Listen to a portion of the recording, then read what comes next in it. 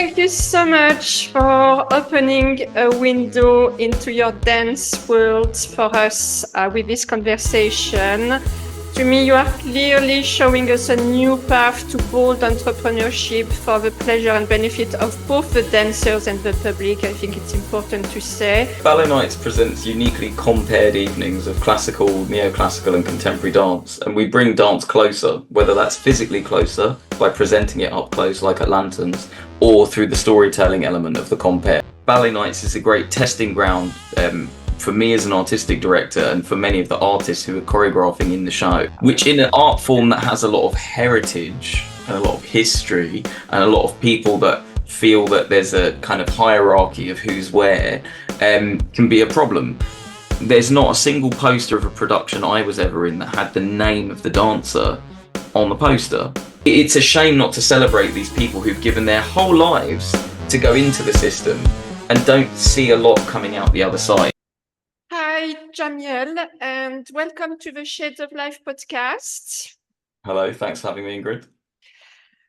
You are what I would call an amazing dance entrepreneur. You have experienced yourself as a performer, choreographer, creative director, venue director, and award-winning filmmaker. You have also been commissioned and involved in many dance productions, and feel free to refer to them as we go along on this podcast. But today we will explore one in particular, as you started a new show in London last year called Ballet Nights, which I would qualify as extraordinary, as in out of the ordinary on many levels. And we will explain to people why as part of our conversation. So I wanted to start more to look at dance as an art form with you to start with, because on this podcast, in addition to encouraging social change or environmental action, one of our objectives is to explore avenues for self-fulfillment and self-expression. And to me, it seems that dance is one of the most expressive art forms and one of the most intimate, perhaps because your body is your tool, right? It's your tool of expression. So I wanted to start by asking you, how important would you say the relationship of a dancer is with their body? And what would you say overall it can teach us about self-expression? Because you are the first guest, who is in the best position to tell us about that. Yeah, I think that your relationship with your body as a dancer is key. I always felt like I had a very, or well, I was made to feel like I had a very difficult body. I'm mixed race. I have an Indian and Arab heritage. And as a result, I have sort of strange proportions versus the kind of people I was coming up in school with. And I have very, very long legs. Like my hips are basically where my ears are, and very, very short torso. So I remember growing up doing a lot of even basic stuff like Pilates, etc. But in ballet specifically, my body wouldn't go where everyone else's would go. Like when the square shape fits in the square hole. I remember feeling like I have a starfish shape trying to go through a triangle hole. So I did spend the majority of the first half of my kind of training, my serious training, that is. So when I grew up with my mother training me in a dance school in East London, actually it was the opposite. We didn't even talk about bodies. It was, can you touch your toes? Great. Let's do cartwheels. Let's sing, let's dance. But when I got into serious training, I used to look at these other bodies and I could see how their bodies kind of fit together very clearly in this way of dancing. And I could see how mine wouldn't. My feet were out of proportion with my legs, were out of proportion with my torso. And so, yeah, also my hips especially curve in places that others don't. And so I found that quite difficult. But of course, I look super white. So I wasn't really given any any leeway, any excuses for this. It was more like your body is wrong. That's my cat's tail, by the way. He wants to be on the Okay, podcast. we accept cats on the podcast. Well, yeah, my relationship with my body was quite difficult, and I think by pushing to be just as strong as everyone else, I'd end up with very unusual skills that perhaps weren't the most useful in specifically ballet, but choreographers actually found really useful. I learned to partner as well. I think that was a thing of sort of compensating, of wanting to keep up. I learned to lift people above my head that are about 3 times, the size of what I should be doing. So I was partnering the heavyweight class while dancing in the welterweight class. And that carried through into my career. And actually, in the performance you saw, you would have seen Eve Mutso, who on point is well over 6 foot, and I'm just about 5'7". And she used to be my main partner in the company. So yeah, I think my relationship with my body really came down to understanding what my body is versus what everybody else's is. And it was quite hard to come to that turning point. And even in my career, I had directors telling me things like my neck was too short or I have a strange look about me or whatever. Um, so it never really went away. But then I think there's a moment where I made the choice, like, I'm gonna do it this way. And actually, one of the things about finishing dancing that was great was finding out what my body is really good for. So when I play golf, which sounds really boring, but like I have really good torso rotation for that specific sport. I base myself on these two really long legs, and then I just rotate this tiny corkscrew at the top. So that's been a discovery. But Amazing. yoga in lockdown was a big turning point, I would say as well. That's where I really got to know my body even better, ironically, towards the end of my dance career. Really? Why is that? Well, I think that with yoga, which I came to later as a result of my wife becoming a yoga instructor qualified, it's not something I'd really done a lot of. And as in lockdown, there was nothing to do, as you know, you're in the house. Okay. We did a lot of yoga, and I remember my chiropractor said to me that my upper body had become so changed that maybe I didn't need to see her as often anymore. So yeah, it's never too late to discover your body, is what I would Yeah. say. Yeah, Um, definitely. I love it's almost a story of self-acceptance or realization and self-acceptance with your Definitely. body. Yeah, that's Although it is still hard now because now with ballet nights, I'm exposed to these incredible, you know, creatures, these ballet dancers that are sort of once in a generation talents. And you yeah. see their bodies and you kind of go, well, not only do they not look like everyone else, they're sort of this super being of this, like they were made to do ballet. Yeah, there is forcefully a bit of comparison going on. We'll talk about your dancers later for sure. So many people tend to be shy when it comes to dancing. I think that's something, well accepted. Yet there is this feeling that it could be so liberating if only one could surrender to it, and you probably don't know what it is. But it's all about overcoming our fear of clumsiness, I guess. So I wanted to ask you, would you encourage anyone to try dance at least once to understand what it can do for you from a self-expression perspective? Just hearing your own story is amazing. So now it makes me think. Well, I think that the primary answer to that question is to ask the people or explain to the people that want to dance why they should dance, what is to be achieved by doing this. And I think that most people go to the basic, feeling of it's fun or it's a good workout. But there's many other layers under that. Ballet specifically teaches you a geometry in space, and then expanded ballet, so kind of modern contemporary ballet and neoclassical, there's these great operators in those spaces like Crystal Pite who and David Dawson especially actually who are teaching a kind of geometry which can lead to a kind of discovery in a way you're not expecting. You start to process the room as a shape. You start to discover where your corner is versus where every corner is. Um, and you can physically affect change on your body, not by you moving your body, but by aligning to these kind of geometries and then trying to expand on them. So that's quite an advanced concept. I'm not saying that's how I would open with if someone said, Yeah, should I go to? But I'm saying, the idea that you can unlock more than just, a good time or a physical expression or entertainment. That there's definitely, a dance answer to almost every question, which for me puts it on par with kind of mathematics and physics and things like this. I think there's a lot of advanced concepts in there that even if you're not a professional dancer, you can still access. Like even the concept of a flat back. which is where you come down 90 degrees and you have a flat back. Being able to demonstrate 90 degrees in space is a massive achievement. It's a mental awareness and a physical awareness of your geometric surrounding, your mathematical. Again, probably not how I would approach the answer to a person. No, but that's an interesting angle. Yeah, In my yeah, spare time, I am illustrator. And perhaps that's not something people would see at first, but you do need to have a good sense of space and geometry as well when you draw, and also three-dimensional, how three-dimensional space works and light. So in a way, there are probably similarities. Well, then you also move on to how forces are acting on other forces, especially when you partner. So, how does your action create reaction for that partner? How can you work with that partner? How can you work against that partner?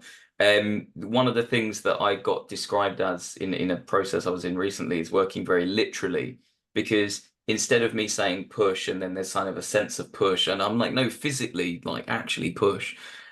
So, as I said, dance for me is the answer to quite a lot of questions in life. And as the internet grows and there's podcasts and there's more information sharing and questioning of, fundamental questions around reality, again, not how I would approach this with a brand new person to dance, but there is this ability to get deep into dance and maybe out the other side, make deep discoveries about yourself, about your surroundings, about the world. And one of the things with Ballet Nights as a show is starting to unlock these things for audiences and explain them in a very basic way, to kind of introduce more people to these concepts, basically.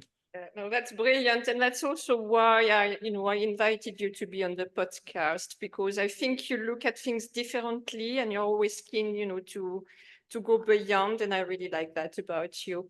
So my next question is probably a bit of a more philosophical one in a way. So that goes well with what you were just saying. But for me, when I look at dance, and I'm not a dancer, so excuse me, I'm like a perfect beginner and starter for you.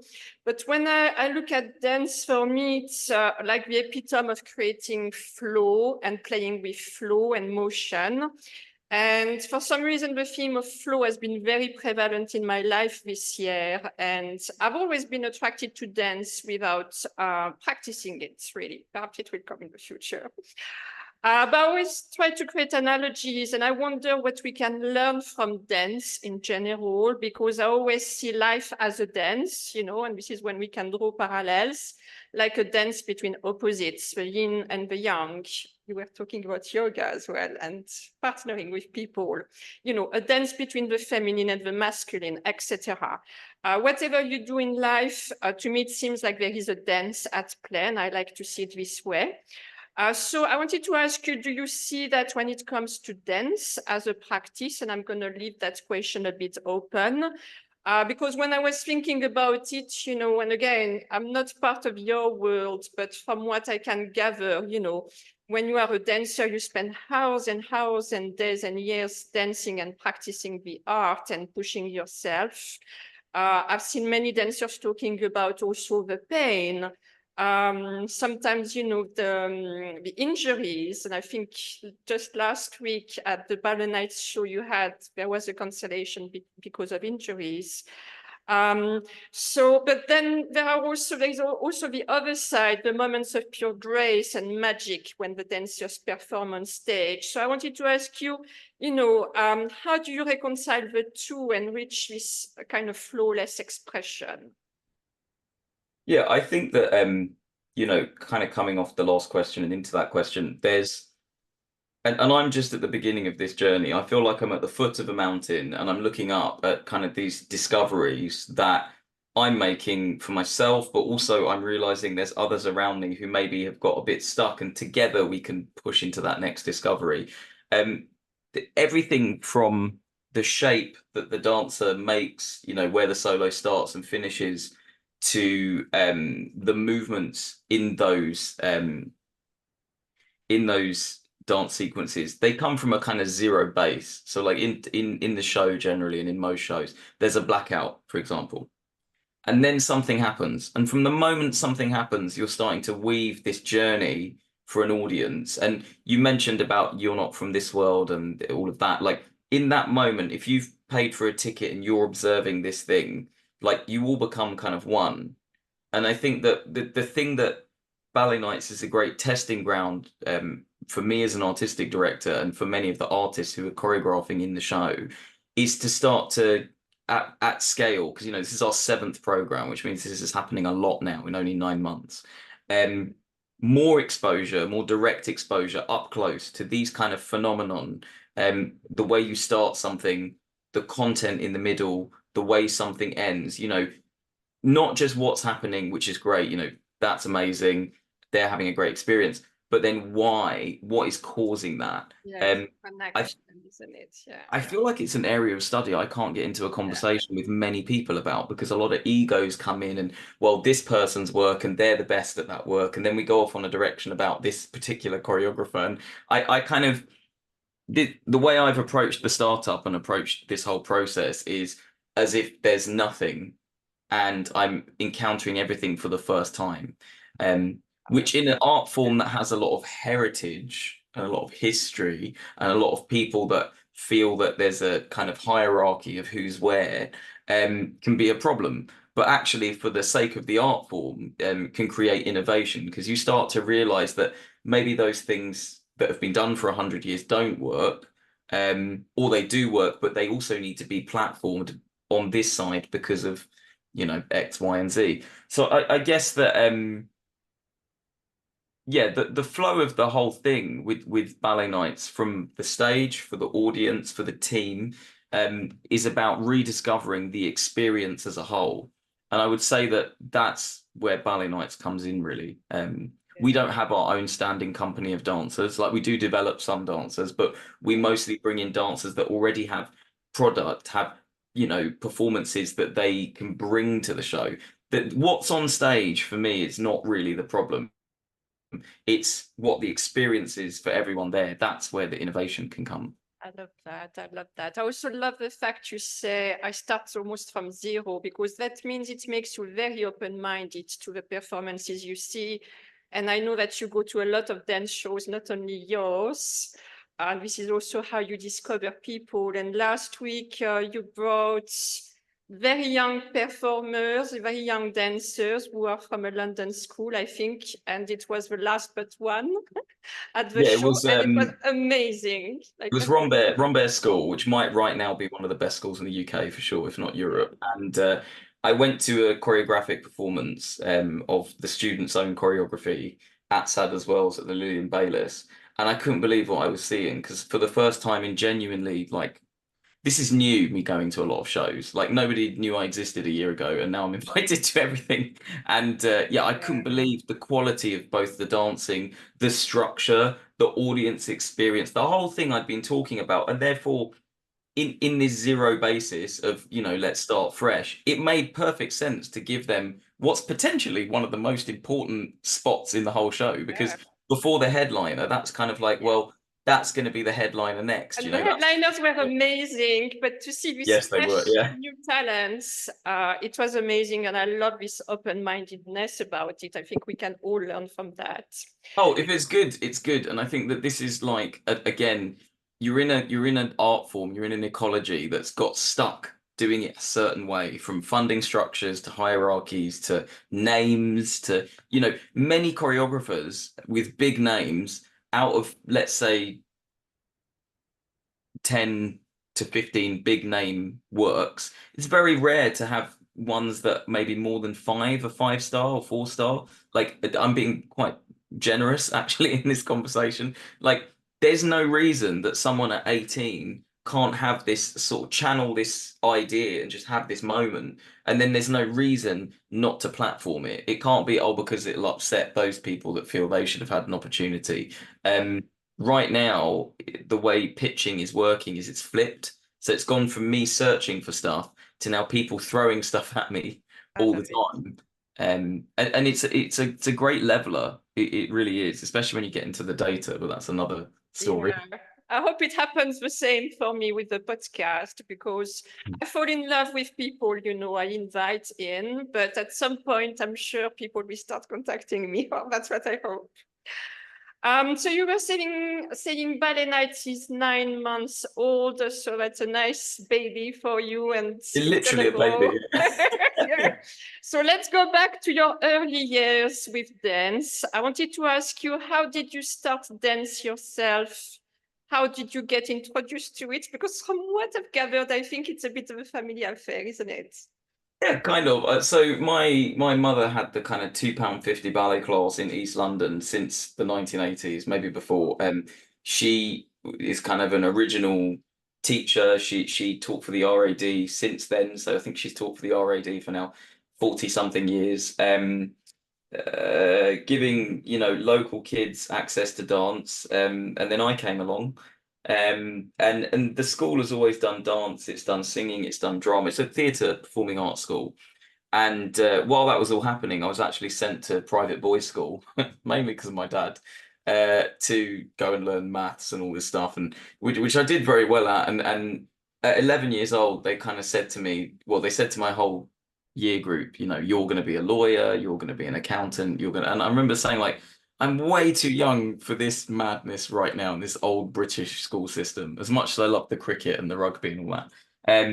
So I spoke to my mum and she took me to Tring Park, where there's a school that was called the Arts Educational School, Tring Park. I think it's now called Tring Performing Arts. An old established British school in a mansion in the middle of nowhere, which is a theme for like British ballet schools. And yeah, actually the diversity of training continued. So I felt I'd become very streamlined into dance, but actually there was still drama, there was still, tap, there was still music and everything. And while that was happening, I did weekend schools at Trinity College of Music, which is now called Trinity Laban. I'm so old that all the schools have changed their names. um, um, and then, I finished at Tring and I went to an audition or two in my final year there. And I remember going to the audition, seeing what everyone else had to offer in the audition, and we should come back to what I learned in that moment later, which is that, I didn't have anything I needed to get a job. That was what I was doing in the audition did not equal a job. The one thing I did do is I could get people's attention, as you've probably seen still happens, I'll open my mouth and everyone would look my way, but then I wasn't really then delivering anything afterwards that would get me a job. And so I met a teacher at Central School of Ballet, Paul Lewis, who was like, if you want to be in a ballet school, it was like the army. He was like, if you want to be in the ballet school, you do. This is your last chance, do what I say or it's not going to happen. And yeah, he really took me under his wing and beat me into shape. And yeah, then within that same year, I'd got a job. I didn't know I'd got a job, but apparently the director of Scottish Ballet had seen me dance, the old director, Ashley Page. And yeah, a few months later, my teacher was like, you're going to Scotland tomorrow. I didn't even know there was a ballet company in Scotland. And then when I got there, I did the class, and at the end of the class, the director walked in, which I thought was very rude. I was like, he's not watching my class. I'll never get this job. And he was like, no, you've already got a job. I saw you do a show. So I was given an opportunity from performance, which I think I often forget. Yeah. Which is why now when I see performances and I give an opportunity based on the performance, I think I've kept that kind of,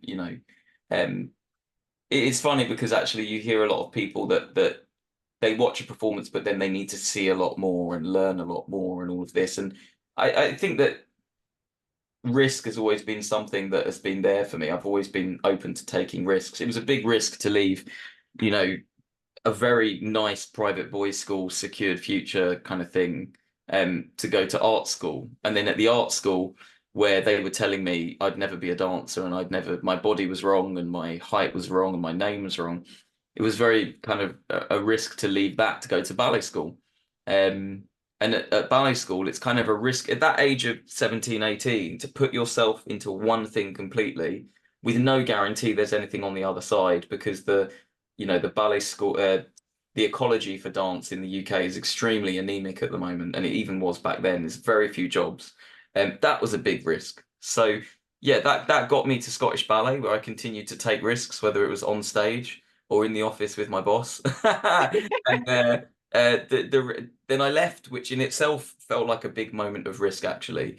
And here we are. There's a few bits in between, but that's most of the story. Continue to take risks, obviously. Yeah, I love this conversation you brought up around risk. I really think people who take risks are the shapers of the future. And I think you're demonstrating this with Ballet Nights.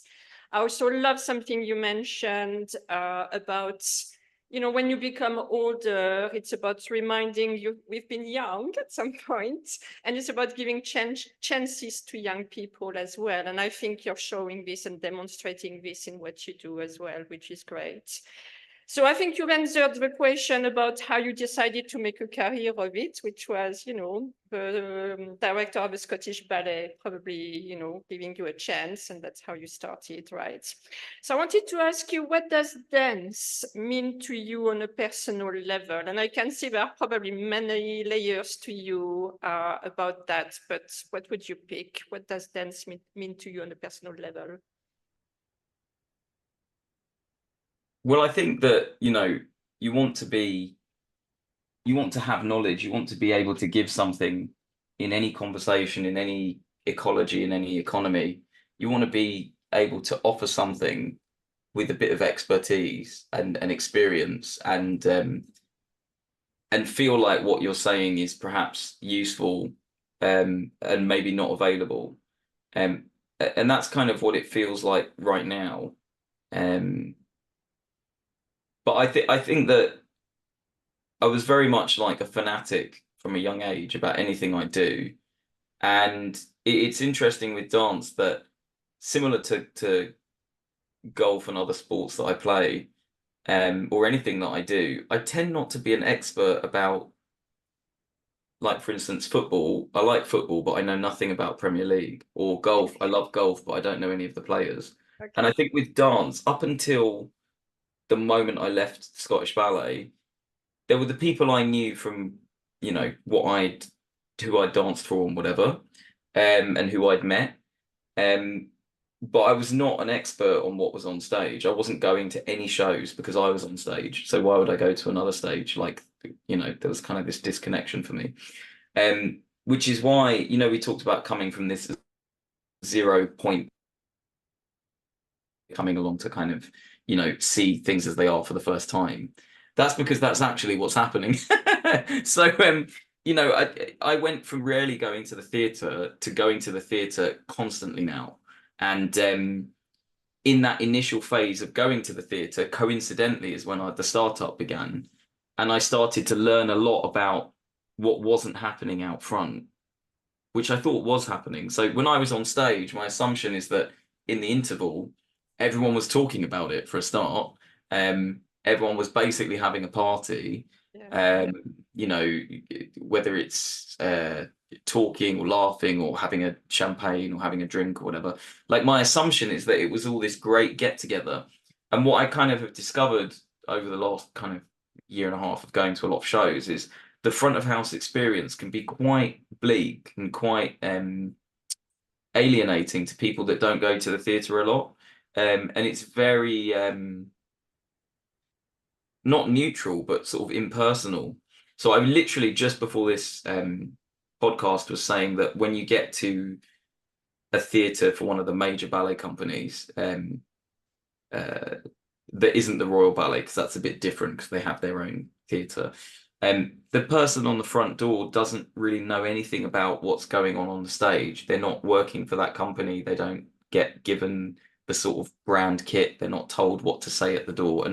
And it was an accident that, for me, with the very first ballet nights, or even the concept show, that it was me and the team at the door when you get there, saying hello, talking about the show, talking about the artists as well. And we can kind of come back to that later about how we celebrate those artists.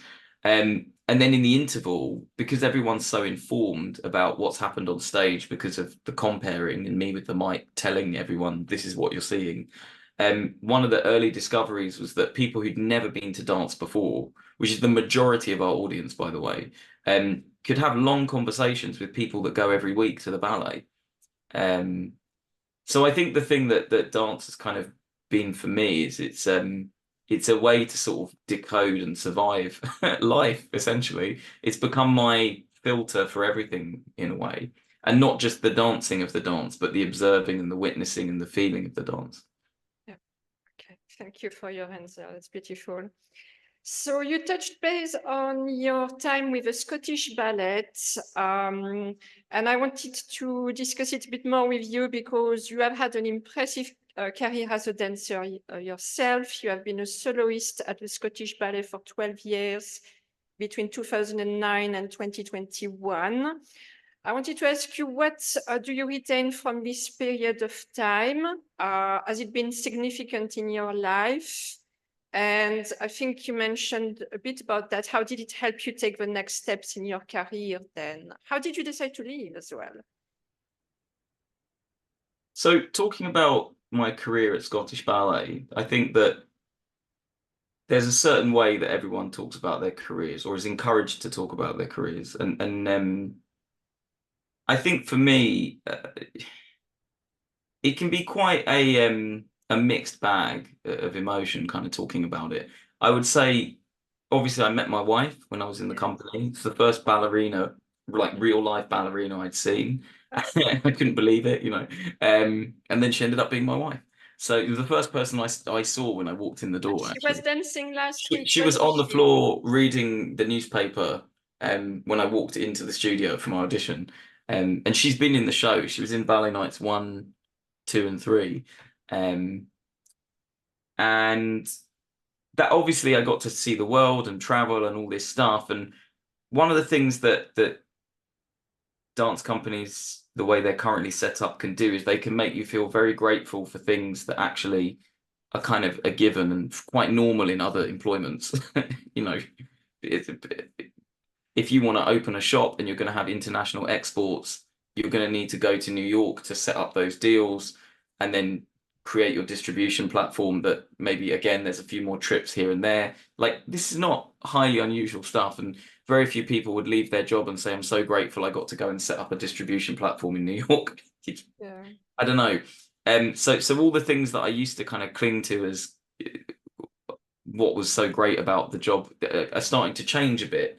And actually doing the job I'm doing now is I rarely look back because it starts to become more apparent what wasn't really there for me as an artist, and therefore inspire me to provide more to the artists that we Yeah. have now. Sometimes you And these are, realize it only after. yeah, yeah, for sure. I mean, I gave all my best physical years to a ballet company, which was great.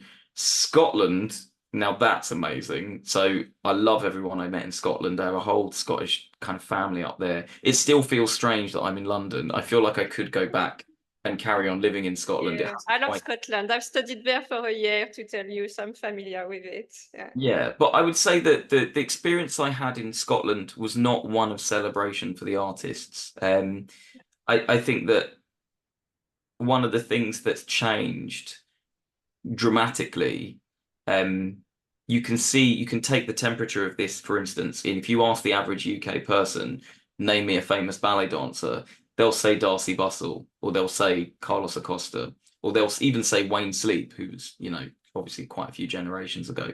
Not generations, decades, sorry. And what's interesting about that is that their names would get billing. You know, it would say featuring these people. Um, there's not a single poster of a production I was ever in that had the name of the dancer on the poster. You know, and I think also we were never really given castings publicly in a way that was designed to bring people for specific artists. And so I was a bit of a problem because I would start to attract people, and I managed to, you know, convert a couple of sponsorships for the company. I managed to bring in people towards the company. There were dancers I introduced to the company who took class, stayed with me often longer than I'd originally agreed, and then ended up getting a job at the company. And I feel like my goal is always to kind of celebrate that story. And Ballet Nights, as you've seen, is one big story. Um, when people go to the football, they want to see the striker. They want to see the Lionel Messi or whatever. When Yeah. people go to the ballet, outside of the Royal Ballet, which is its own kind of really special ecology, it's quite rare to find the names of these headline dancers on the poster. And I find that really strange because it's a shame not to celebrate these people who've given their whole lives to go into the system and don't see a lot coming out the other side. So I think my memory of Scottish Ballet is a lot of hard work and a lot of personal growth. Um, but not a level of celebration for me and my colleagues that I feel is kind of really deserved. And in Mm. Scotland, it would much more be the case that it would be, oh, you're in the ballet, that's cool. It wouldn't be, oh, you're that person from the ballet that I saw do this, that I, and then that started to shift Yeah, because yeah, and it's so apparent in what you do, and I think a lot of people will relate to this. Even myself, in the past, I've worked for a company for 21 years, but I always felt like I was just one of many. I didn't matter. It was all about the brand and the product and the chairman of the company. But it's almost like having this self-recognition, personal recognition. And that's one of my beliefs that, a lot of people are starting their own ventures, their own business, because one, it's a lot easier to do today with, all the technological advances. But I think there is, to go back to our discussion from the beginning, it's about self-expression. It's about, being recognized for what you do. So yeah, that's beautiful. well, I think ironically, the reason that me and many of my colleagues, I believe, would have wanted more celebration was so that we could be proud more of the place we were working and elevate that brand more. I think that dancers, this is about, boring stuff on a board level would be like employee retention. And the turnover rates at dance companies are all over the place right now because you can leave a company and it makes no difference because you're not though these companies are not taking the risk of elevating people that become a key pillar of those companies again outside of the Royal Ballet, where at the Royal Ballet you very much know the cast and people buy their tickets based on Yeah. who they're seeing. um yeah, it's really interesting, and I was very close to many people who could sell tickets. That I would not be one of those people, I wouldn't think, but there were people I knew I'm very close to, like my wife, for example. There were people who were desperate to know when she specifically was performing because that's the brand, but that's also the artist they want to see. So I think that brands sometimes forget that you can have a headline name that sells your product, which for me is present in every other kind of product that you see, in a kind of commercial sense. And I feel like might have left the conversation a bit. Like if I said to you right now, who are the star dancers of Rambert Dance Company? Who's the Don't star ask me. dancer? Don't ask Who's me. the No quiz what? for me, please. Do you see what I mean though? Who's the star Yeah, dancer of yeah, Phoenix Dance Company? yeah, Who's the yeah, who's the yeah. star dancer of Scottish Ballet, Northern Ballet? Do Definitely. you see what I mean? Yeah, it's really funny you see this because in the past, long time ago, when I moved to the UK, I was really very much into seeing a French dancer actually at Sadler's Wells, called Sylvie Guillem. Again, And yeah. now she has retired, but because, she was a big headliner, so you would know her. But if you ask me, who else did you see? Because I've seen other dance shows since. And probably I remember more names from New York shows now, and I've seen two of them, which is funny. So Yeah. let's move on to ballet nights, because I really commend you on what you are trying to achieve with it. So you have started a wonderful and innovative new dance show concept since the end of last year called Ballet Nights. So if we formalize things a little bit, and if you can explain what the concept is and what makes it different from everything else. I think you're so passionate about it that you gave us elements throughout, but if you can just summarize it. Yeah, Ballet Nights presents uniquely compared evenings of classical, neoclassical, and contemporary dance, and we bring dance closer, whether that's physically closer by presenting it up close like at Lanterns, or through the storytelling element of the compare, where we get you connected to the artists, what they're up to, what they've been doing, what they're going to do, and importantly, where you can see them next. And I think this is where we get a lot of support from the companies currently allowing their artists to take part. You saw Gareth Hoare on Friday and Saturday. He's just been promoted to principal this weekend, and you can see him next at whatever the next show was. Same for the other company, like Royal Ballet. You just saw in February Yasmin and Reese, and then they'll be performing in, XYZ in February, March, April. This is kind of the way we do it. And I think that the way the show works is we bring together a lot of old technologies and present them as new technologies. So a variety show is an old technology made new because it's not really seen in dance, especially not at scale and done on repeat. The compare is a very old technology, a host, an announcer. They still do it in boxing. So, Yeah. you know, so there's that element of it. And then there's the categorizations of what you're seeing. So you're not just seeing back-to-back ballet. Now, there is a format out there called a ballet gala, which tends to be like 20 different stars and it's 10 different acts and they're all pas de deux and they're all ballet, ballet, ballet. But Ballet Nights actually contains a surprising amount of classical ballet, but then what ballet can do. Um, so you've got, new discoveries, legacy classics, emerging voices, modern masterpieces, and these world stars. And as of this recent program, what's coming next, which is the kind of student, what's in the pipeline type thing. So it's a good snapshot of the ecology. It's a good cross section of Yeah. everything going on. And by doing that actually and breaking the kind of standard format for dance, we've created a few bits of havoc that are all kind of adjusting. Like press initially were struggling to see how you review something that normally would happen once in a blue moon, but now is happening monthly. So we've introduced the idea of serialized shows. So Ballet Nights is the constant, but the artists change Yeah. constantly. Yeah. Yeah. So that's new for dance. That. That's not Yeah. done. It's not really done in dance.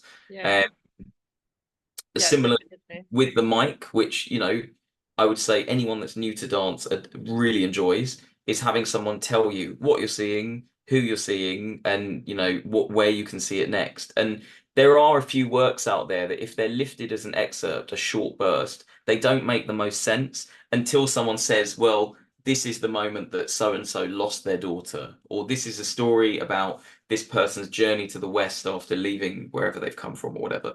So that's kind of been quite a strong technology as well. And I'd say the other thing is the emphasis on the pre, mid, and post show. So the show opens very early, so you can grab a drink, be around the printed program, see the videos of the dancers, get your photo on photo wall with the professional photographer. I don't know if you've seen your photos, if you had any, but they're up there now. Um, then you've got the interval where because of the way the show is, you will go and talk about it. So we had this surprise performance of from one of the world's first dining dance experiences where the dancers make the food. We had a chef come out on stage and make the cocktail, and then the cocktails danced into life by the dancers, and then you can buy that cocktail in the interval. This is definitely something to talk about at the very least. And then post show, meet the artist, get photos with the artist, mingle. A lot of networking happens at Ballet Nights, and a lot of onward productions they come as a result of getting connected in that post show experience.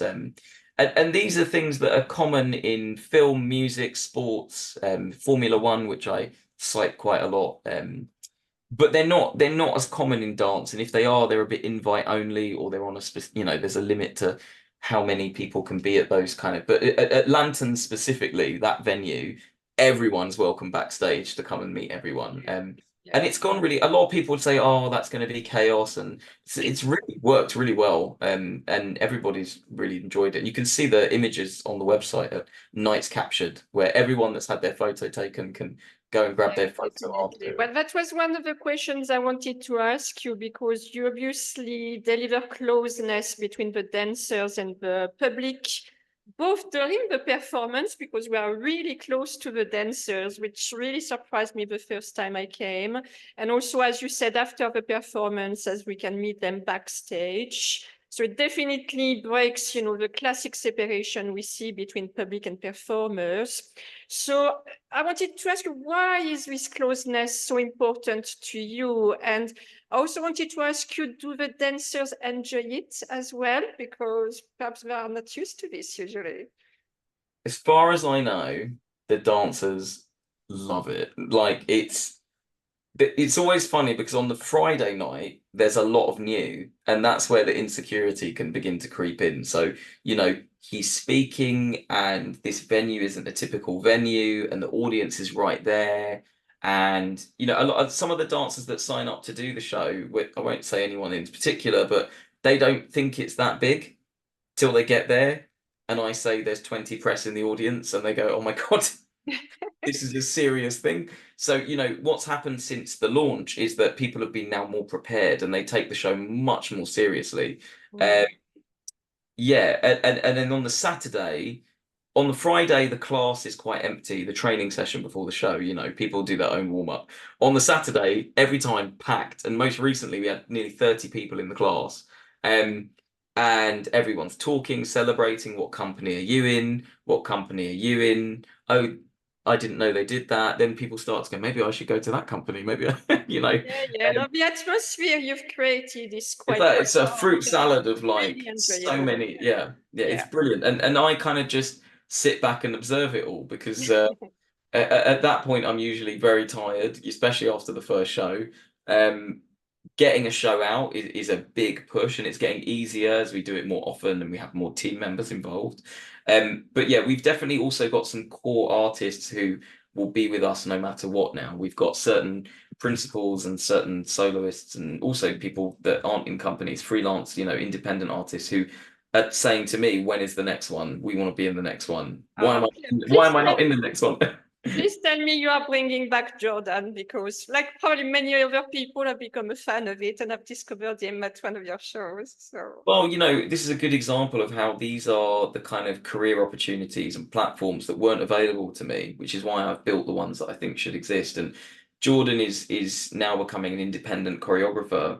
And over the last year, been able to platform a solo, which he dances himself, a duet between dancer and piano, which he made on a principal dancer. He actually made it on my wife and Victor, the Ballet Nights concert house pianist.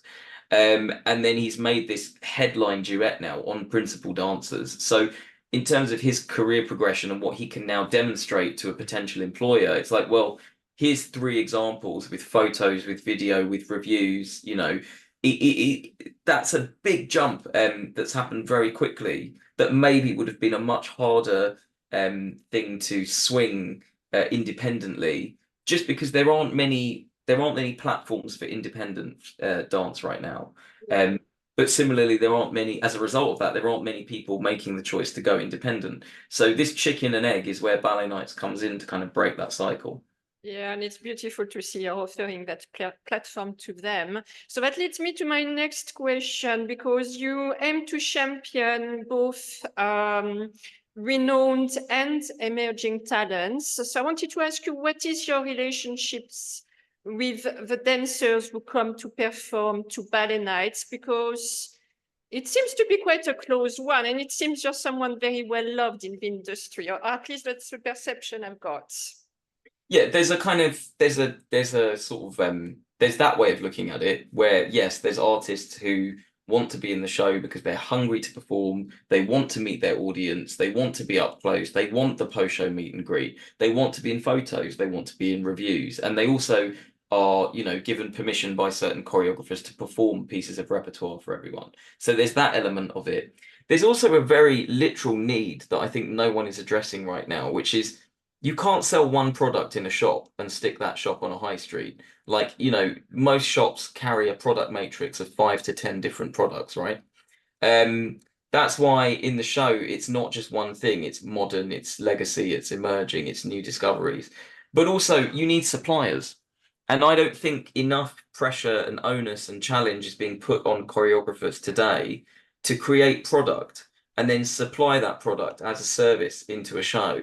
At the moment, it's you know, a lot of the choreographers that I've done a call out to and said, right, I've got a show, I've got 5 minute slots, 10 minute slots. This is the money involved. What can we do? Who's got work that exists we can field? Actually, suddenly the room evacuates, and there's 3 or 4 people left here who either say, I've got 20 things in my cupboard I can perform for you tomorrow if you need, where there's a few of them, but not many. Or there's people who say, okay, I understand that right now you can't give me a 6 week development period, but if I have a week, a bit like Nicholas Shoesmith, if I have a week or I have a few days, I can take something and adapt it into a trio in time for the show at standard, at quality.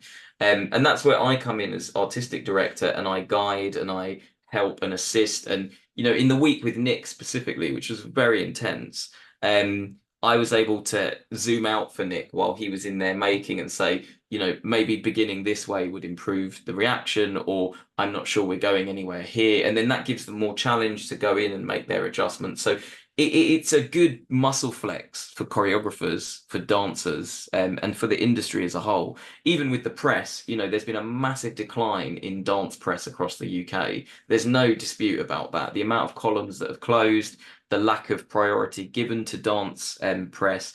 Whereas because of ballet nights, Wharf Life magazine has started a dance column when we have a show. Um, We've also introduced new players, like the New Current is a really cool publication that started to report on what we do. So whereas most dance press are declining, we're actually increasing our dance press. And I feel bad sometimes that I know a lot of the writers are under a lot of pressure that their editor decides what gets commissioned, their commissioning editor or whatever. It's very hard at the moment for them to swing ballet nights because it's new and the press aren't super sure. Yeah. But having said that, Lindsay Winston at The Guardian did a full double page spread in The Guardian for us on I'm back. Ministry of Sound. And that was really cool because that kind of signals a turning point where the chief editors and the people that commission what gets written about are saying, "Oh, this is still a thing. It didn't fall off a cliff yet." Yeah, and I've worked in PR for many years. I think once people see you in a big national magazine like The Guardian or whatever, other people will pick on it and you will probably, Yeah. it will spread for sure.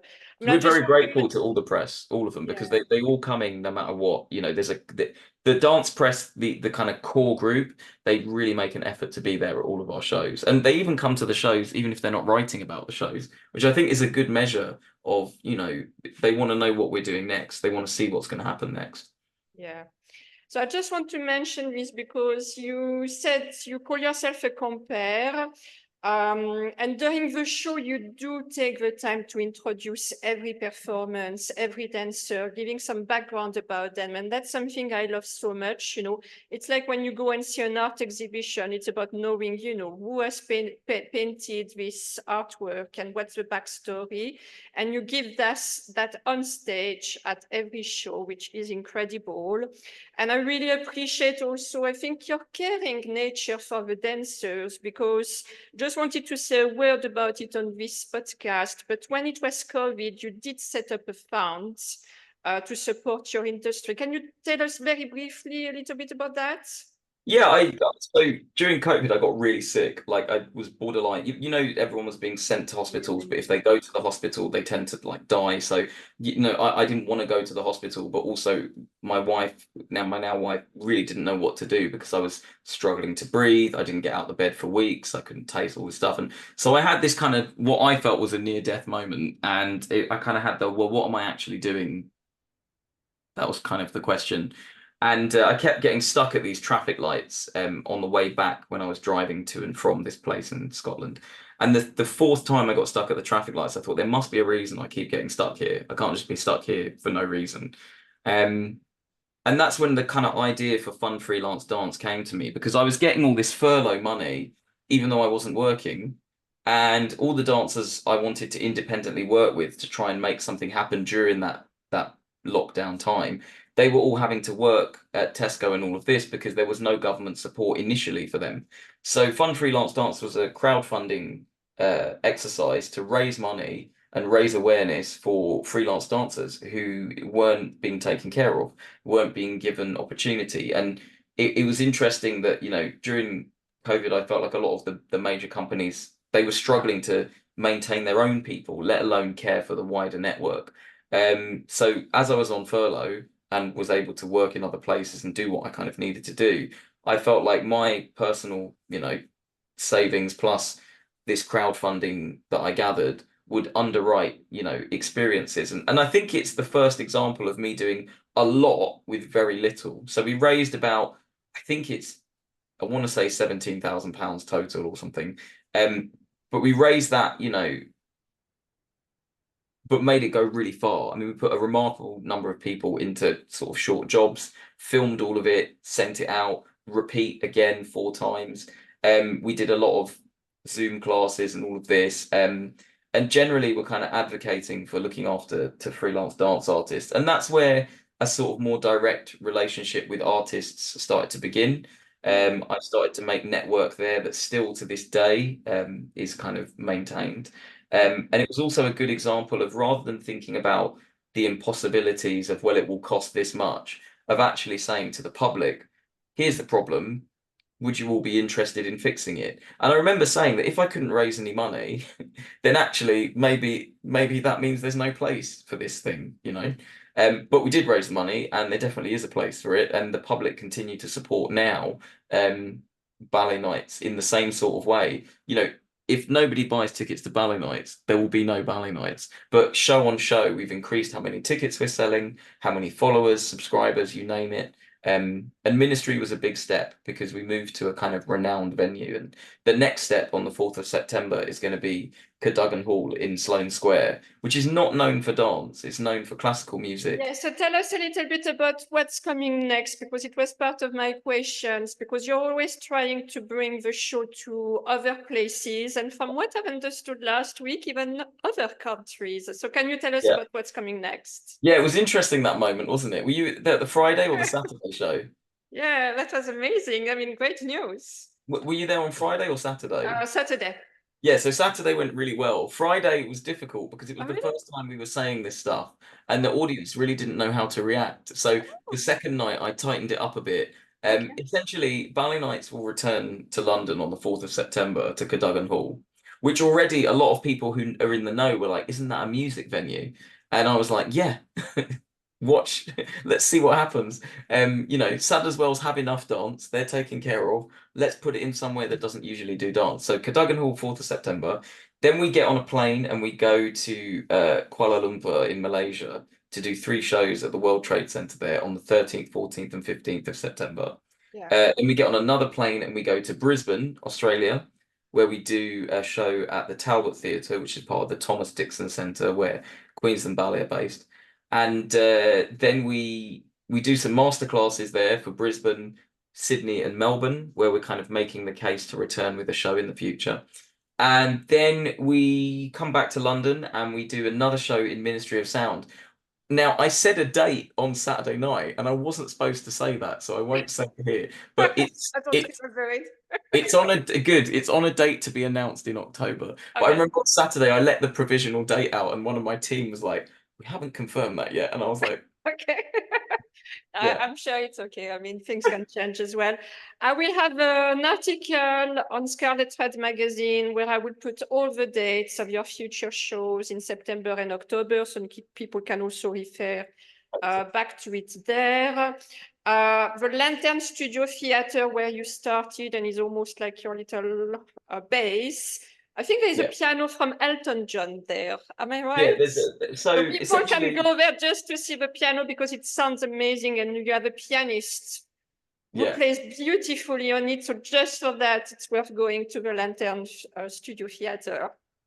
Yeah, and we also have a drum kit from somebody quite famous, but I don't talk about it publicly because Okay. we're worried they're going to come back to collect it. But it was quite funny to unveil that at the show. And I think that's what's so important about the show as well. There has to be something you get at the live experience that you can't get online, that you can't get instantly, you know. And so we do pull these stunts in the show, like mystery performer, or we had Ryuichi Hirano's first show at 40 years I old, and remember you had your brother in February who did yeah, the claquette. How do you say claquette in English? tap, Tap. Yeah, yeah, yeah, tap. Oh, that was amazing. That was so original.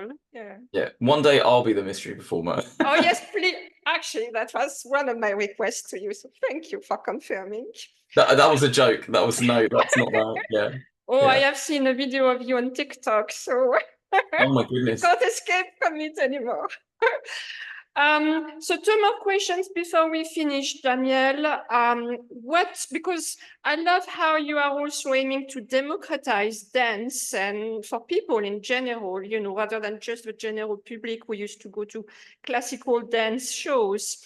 So one question I wanted to ask you, what would you like the public to gain from ballet nights overall?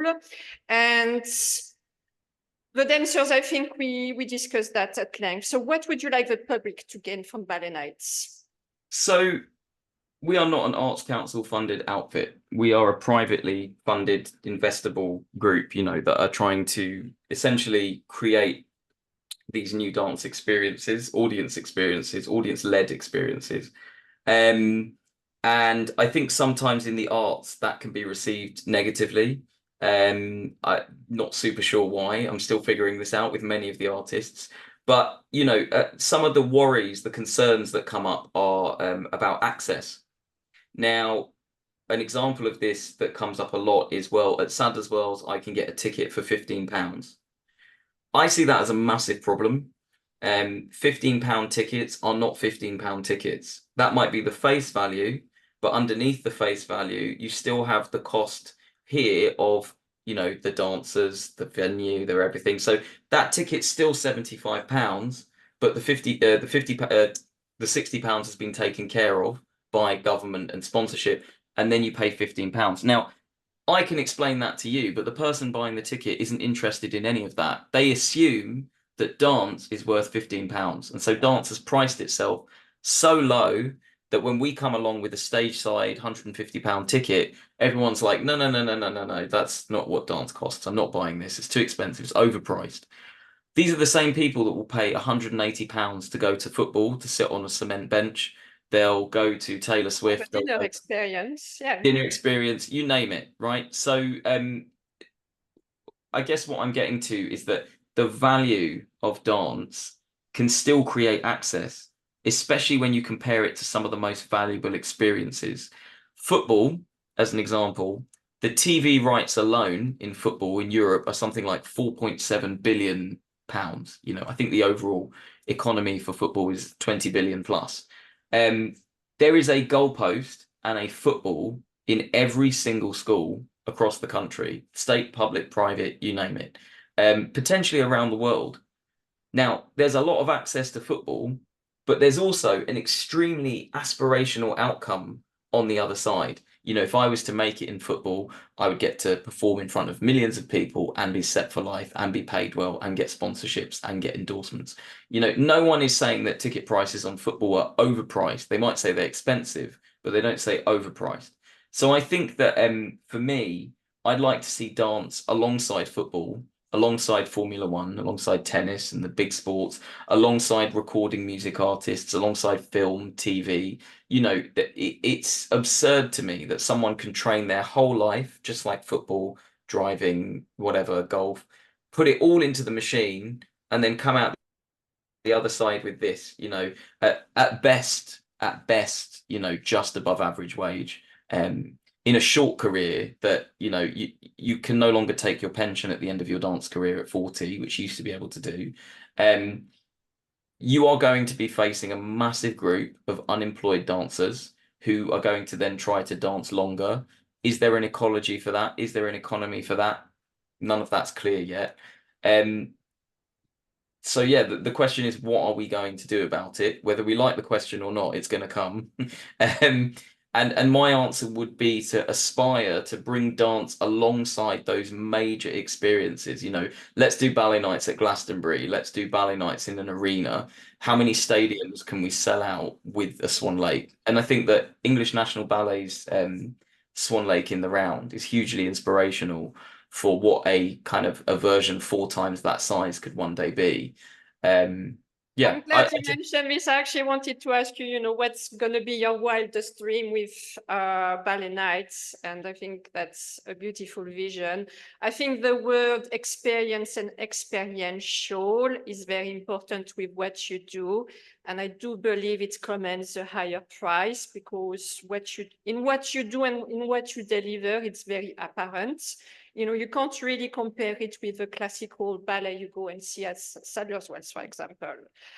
So hopefully the public will see that. I mean, myself, I never questioned the price of the tickets, you see, because it's different.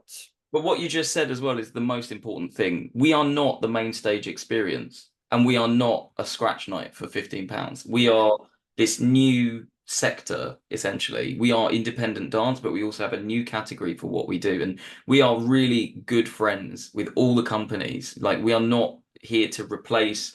We're actually wanting to send more audience to dance. So it's only a good thing if our audience comes to us and then chooses to go to Sadler's Wells or chooses to go to English National Ballet shows, or chooses to go to the Royal Opera House. And I think that's, if you look at the rise of comedy and stand-up comedy in America right now and the amount of comedy clubs that are flying right now, which was kind of something that used to happen and then it got forgotten, and now it's made a huge comeback, especially with the help of technology. Yeah, that's the exciting place to be in, I think. And we haven't even begun to talk about what the potential digital future is, and the kind of, how would we access the metaverse? How would we access new ways of experiencing, these people wearing these massive Apple goggles and things like this. Maybe when you watch the show, you put that over the top and you get the ballet into your own brain or something. Stick a camera on the dancers. I can see you doing something like this for sure. That's like the future. That's like way there, but yeah. I think Apple have just launched their big Yeah. Google. It's quite expensive, but yeah, that's definitely the future for sure. So I can only hope to see you at Glastonbury. I think there is also South by Southwest coming to London next year. I've actually been in touch with them. So who knows, perhaps there will be a stage for you at South by Southwest in London as well. Just planting a seed here for you. So, Jamiel, I always end this podcast with the same question to know more about each guest or get an interesting story. If you were a color, what would it be and why? A deep purple. Ooh. I don't know why. Isn't that the color of the third eye, I guess? You have crown chakra, I think. Ballet Nights is very much a deep purple offset with gold. Those are the colors of the brand, and yeah, that kind of feels right at the moment. Nice, I'll take this. So thank you so much for opening a window into your dance world for us with this conversation. To me, you are clearly showing us a new path to bold entrepreneurship for the pleasure and benefit of both the dancers and the public. I think it's important to say. And it is something we can all learn from. And I can only encourage people to discover Ballet Nights, to follow your journey, because you are an innovator. You said you like taking risks, and I can't wait to see what you're going to do next, because you definitely have a very bold personality. So I wish you the best for Ballet Nights moving forward, and to all the dancers who will take part to it. Thank you for having me. And yeah, see you on social media, see you on websites, YouTube, and see you in person at Ballet Night. I come for the next time. I will add all your handles in the comments of the show today. I said there is an article coming as well. And thank you to everyone for watching and listening. Amazing. Thank you so much.